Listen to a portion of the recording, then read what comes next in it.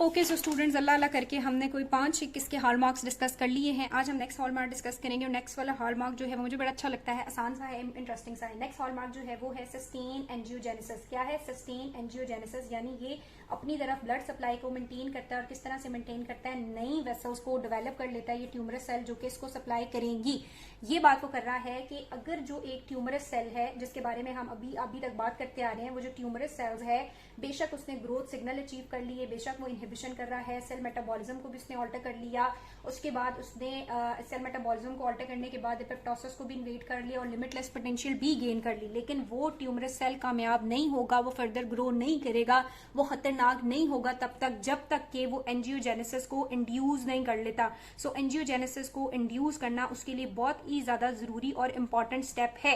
Angiogenesis को induce करना क्यों जरूरी है? और अगर एंजियोजेनेसिस नहीं होगी तो वो 1 to 2 मिलीमीटर से ज्यादा ग्रो भी नहीं करेगा। ठीक है, इसलिए जरूरी है कि क्योंकि जो ट्यूमरस सेल है उस ट्यूमरस सेल को जाहिर है ऑक्सीजन भी चाहिए, न्यूट्रिएंट भी चाहिए और वेस्ट मटेरियल भी रिड्यूस करना है, रिमूव करना है। तो इस सब को रिमूव करने के लिए ब्लड वेसल्स और ब्लड का होना जरूरी है। सो एंजियोजेनेसिस नहीं होगी, नई वेसल्स नहीं होंगी जो उसको आके सप्लाई नहीं करेंगी ब्लड, तो वो फर्दर ग्रो भी नहीं करेगा। सो इसलिए ट्यूमर सेल्स बड़े तेज होते हैं और ये ट्यूमर सेल्स क्या करते हैं, ये पुरानी ब्लड सप्लाई के ऊपर रिलाई नहीं करते क्योंकि मे बी वो इसी ट्यूमरस ग्रोथ की वजह से रिड्यूस हो गई हो, तो ये नियोवस्कुलराइजेशन करते हैं, अपने लिए नई वेसल्स की ग्रोथ कराते हैं और नई ब्लड सप्लाई लेते हैं।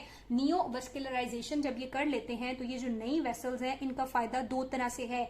ना ये सिर्फ नई वेसल्स उनको ऑक्सीजन, न्यूट्रिएंट और वेस्ट प्रोडक्ट को रिमूव करती हैं, बल्कि साथ ही साथ नई वेसल्स जो हैं ये जो एडजेसेंट सेल्स होते हैं उन एडजेसेंट सेल्स के ऊपर एक्ट करती हैं और वहां से कुछ फैक्टर रिलीज करती हैं, जैसे कि इंसुलिन लाइक ग्लूकाप्रोटीन्स और हमारे पास प्लेटलेट ड्राइव ग्रोथ फैक्टर, और एडजेसेंट सेल्स की ग्रोथ में और उनकी ट्यूमरस कन्वर्जन में भी हेल्प करती हैं। ठीक है, सो ये एंजियोजेनेसिस बड़ी इंपॉर्टेंट है। लेकिन ये जो एंजियोजेनेसिस हुई भी है, न्यू वेस्कुलराइजेशन है, ये जो नई वेसल्स आई हुई हैं ये वेसल्स बिल्कुल नॉर्मल वाली नहीं होती, ये काफी ज्यादा डायलेटेड होती हैं और काफी लीकी होती हैं, मटीरियल जो है वो इसमें से लीक होता है। और एक इंपॉर्टेंट बात ये कि यही एंजियोजेनेसिस जो है, ये जो नई वेसल्स आ रही हैं यही तो एक मीन प्रोवाइड करती हैं जिसके थ्रू कैंसर मेटास्टेसाइज करता है और मेलिग्नेंसी की तरफ स्टेप बढ़ता है। मेलिग्नेंसी के लिए क्या होना जरूरी है? इन्वेजन होना जरूरी है, लेस डिफरेंशिएशन होना जरूरी है और मेटास्टेसिस जरूरी है।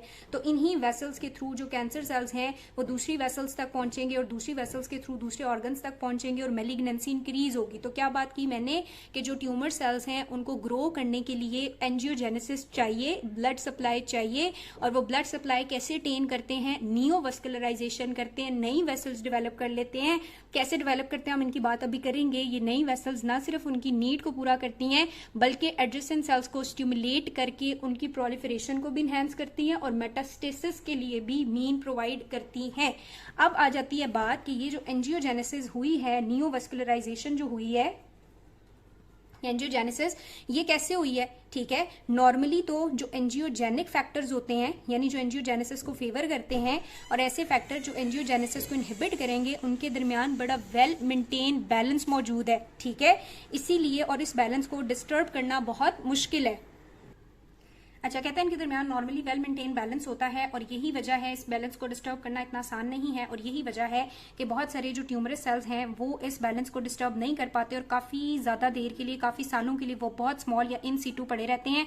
और जब वो कामयाब हो जाते हैं और ये जो बैलेंस है इसको एंजियोजेनिक फैक्टर्स की तरफ कन्वर्ट कर लेते हैं या ऐसे सिग्नल्स को इंक्रीज कर लेते हैं कि जो उनके एंजियोजेनेसिस को बढ़ाएगा, तो फिर ये फर्दर ग्रो करना स्टार्ट करेंगे। ठीक है, अब ये इस फैक्टर को कैसे बढ़ाते हैं, ये इस बैलेंस को स्विच कैसे करते हैं? स्विच जो है उसकी मॉलिक्यूलर बेसिस यही है कि ये कुछ ऐसा कर लेते हैं, यार एक मार्कर्स ने मुझे बड़ा तंग किया, ये कुछ ऐसा कर लेते हैं, मॉलिक्यूलर बेसिस यही है कि ये कैंसर कुछ ऐसा कर लेते हैं कि जो भी एंजियोजेनिक फैक्टर्स होते हैं ना उनके नंबर को इनहेंस कर लेते हैं और जो एंटी एंजियोजेनिक फैक्टर्स होते हैं उनके नंबर को कम कर लेते हैं। ठीक है, सो जब एंजियोजेनिक फैक्टर इनहेंस हो जाते हैं तो एंजियोजेनेसिस स्टार्ट हो जाती है। ये जो एंजियोजेनिक फैक्टर हैं जो कि एंजियोजेनेसिस को फेवर करेंगे, ये आते कहां से हैं? इन एंजियोजेनिक फैक्टर को स्ट्रोमल सेल्स खुद भी प्रोड्यूस करते हैं, ट्यूमर सेल्स भी प्रोड्यूस करते हैं, स्ट्रोमल सेल्स भी प्रोड्यूस करते हैं और कुछ इन्फ्लेमेटरी सेल्स, मैक्रोफेजेस वगैरह भी एंजियोजेनिक फैक्टर्स प्रोड्यूस करती हैं। किस तरह से, ये भी हम आगे देखते हैं अभी।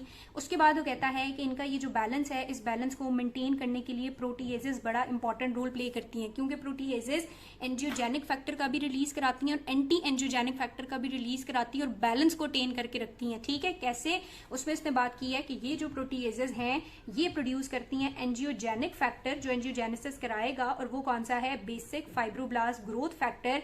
ये एक्स्ट्रा सेलुलर मैट्रिक्स के अंदर स्टोर हुआ है और ये एंजियोजेनेसिस को फेवर करेगा। ठीक है, उसके अलावा यही जो प्रोटीएजेस हैं ये प्रोटियोलाइटिक क्लीवेज करती हैं प्लाज्मिनोजन का। ठीक है, प्लाज्मिनोजन और मेरा ख्याल है कोलेजन का, और उसको प्रोटियोलाइटिक क्लीवेज करा के वहां से रिलीज कराती हैं एंजियोस्टैटिन और एंडोस्टैटिन। क्या रिलीज करती हैं, एंजियोस्टैटिन और एंडोस्टैटिन।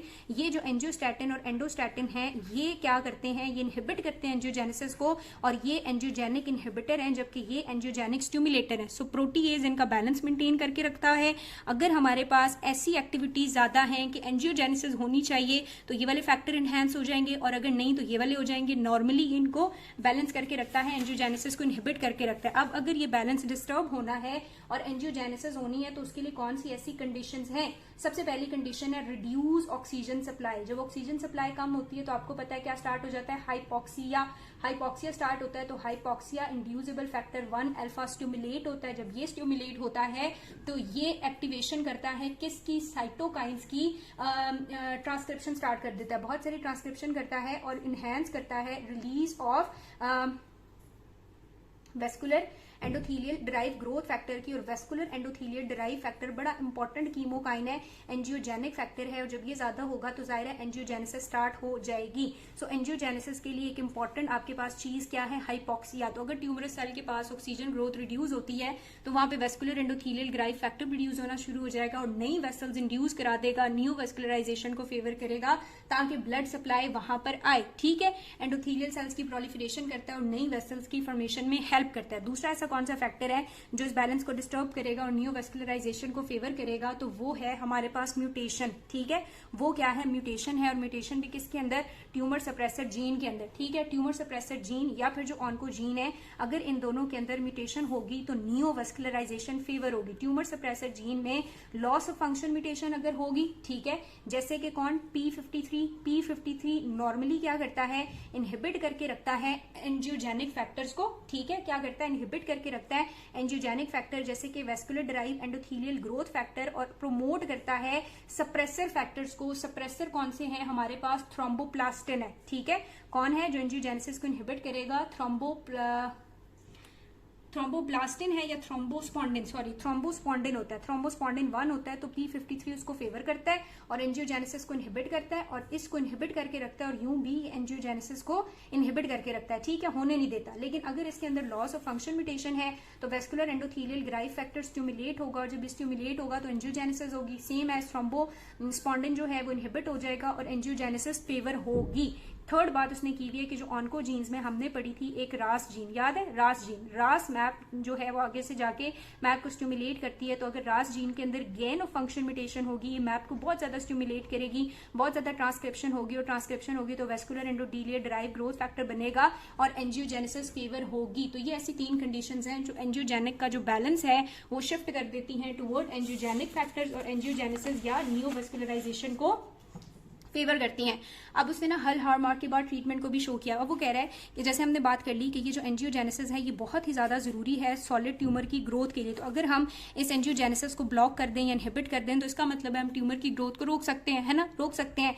तो इसके लिए एक ड्रग बनाई गई जो कि क्या करती है, vascular endothelial derive growth factor को, जो बड़ा इंपॉर्टेंट हॉलमार्क है नियोजेनेसिस कराने के अंदर, अगर हम उसको इनहिबिट कर दें तो उसको इनहिबिट करने के लिए, न्यूट्रलाइज करने के लिए एक मोनोक्लोनल एंटीबॉडी बनाई गई जिसे हम कहते हैं बिवेसिज्यूमब। ठीक है, पता नहीं क्या यार, बिवेसिम्यूजुमब, जो भी इसकी प्रोनाउंसिएशन है। तो ये क्या करती है, न्यूट्रलाइज कर देती है इसको और यूं एंजियोजेनेसिस को कंट्रोल करने में हेल्प करती है। Maybe some other mechanism भी हम डेवलप करने में कामयाब हो जाएं कि जिससे हम एंजियोजेनेसिस को इनहिबिट कर लें, लेकिन अभी तक नहीं हुआ। काफ़ी एक्सपेंसिव और बहुत ही ज़्यादा एक्सटेंसिव प्रोसीजर है और इसके ऊपर काम किया जा रहा है। ठीक है, तो अभी तक हमने हॉलमार्क्स कर लिए हैं कि ग्रोथ सिग्नल्स में सफिशिएंसी हासिल कर लेता है, इनहिबिटरी सिग्नल से इनसेंसिटिव हो जाता है, सेल मेटाबॉलिज्म को ऑल्टर करता था, उसमें बड़ा इंपॉर्टेंट है ग्लूकोज हंगर का कॉन्सेप्ट।